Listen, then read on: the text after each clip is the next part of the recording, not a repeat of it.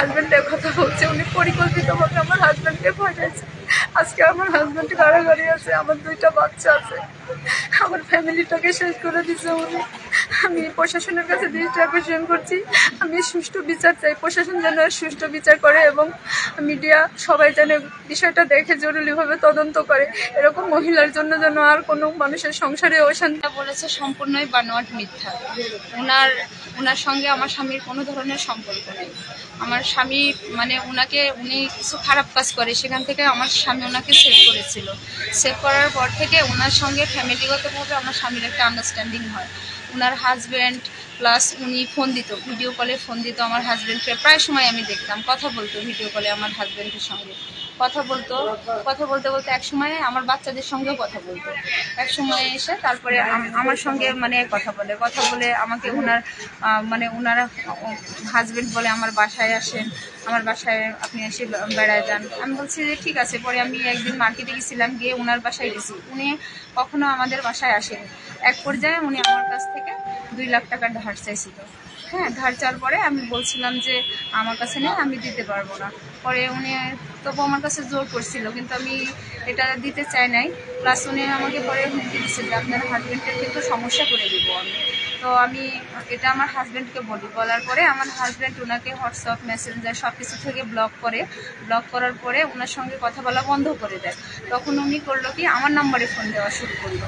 আমার নাম্বারে যখন ফোন দিয়ে আমার সঙ্গে বিভিন্ন নাম্বার থেকে আমার হাজব্যান্ডের নাম্বারে কন্ট্যাক্ট করার চেষ্টা করে, আমার সঙ্গে কন্ট্যাক্ট করার চেষ্টা করে। পরে আমার হাজব্যান্ডের সঙ্গে যোগাযোগ করে। এক পর্যায়ে ঈদের পরের দিন উনি হঠাৎ করে বলতেছে যে আমার হাজব্যান্ডের একটা অন্য নাম্বার থেকে ফোন দিয়ে বলতেছে যে যে আমি আপনাকে ভালোবাসি, আপনাকে আমি বিয়ে করব। আর ফোনটা আমি সাথে সাথে নিয়ে নিছি। নেওয়ার পরে আমি বলছি যে আপনি কেন যে কথা বলতেছেন? বলতেছে আপনার হাজব্যান্ডের সাথে আমার সম্পর্ক আছে, আপনার হাজব্যান্ড আমাকে ভালোবাসে, আমি ওনাকে ভালোবাসি, আমাকে ওনার বিয়ে করতে হবে। এখন আমি বিয়ে আপনার বাসায় উঠবো।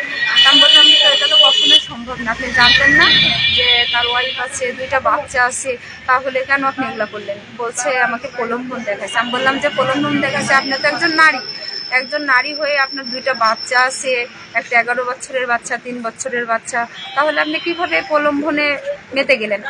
আমাকে একজন বললে তো আমি প্রলোভনে মাতবো না, তাহলে কেন মেতে গেলেন? এক পর্যায়ে ওনার সঙ্গে আমার কথা কাটাকাটি রাগারাগি হয়। এভাবে হওয়ার পরে ফোনটা কেটে যায়। তারপরে নেক্সট ডে গিয়ে আমরা জানি না যে উনি মামলা করছে আমার হাজব্যান্ডের নামে।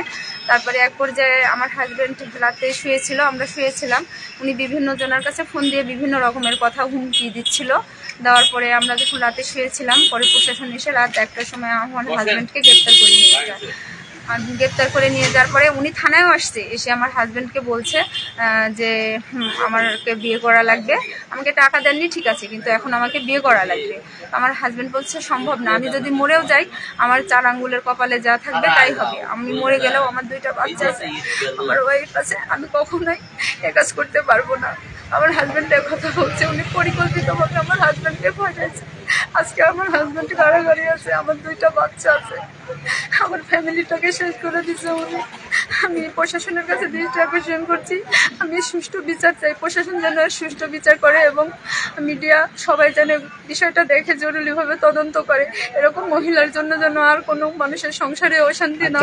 উনি বলেছে হ্যাঁ, যে বাসায় আমরা গেছিলাম ও বাসালা বলছে যে উনি অনেক ভাড়া নিয়ে ওখানে 1 মাসের ভাড়া 1 মাসেও হয়েছিল না, ওনাকে উঠাইছে। ওখানে উঠানোর পরে বিভিন্ন খারাপ মানুষ বিভিন্ন মানুষ আসা যাওয়া করতো, যার পরে ওনারা দেখে এটা ভালো লাগেনি, আশেপাশের মানুষ এটা দেখে ভালো লাগেনি। এক পর্যায়ে ওনারা রাগারাগি করে গন্ডগোল করে ওখান থেকে ওনাকে বের করে দিচ্ছে। ওই বাসা থেকে বের করে দিয়ে আরেক জায়গাতেও সেম একই কাহিনী, ওখানেও গিয়ে 1 মাসও থাকতে পারেনি, ওখানেও সেম একই কাহিনী এবং বিভিন্ন বিষয় নিয়ে এরকম। এবং আমি শুনছি ওনারা বলছে যে মেয়ে ব্যবসা করে, নিজে ব্যবসা করে, প্লাস অন্য মেয়েদের দিয়ে ব্যবসা করায়।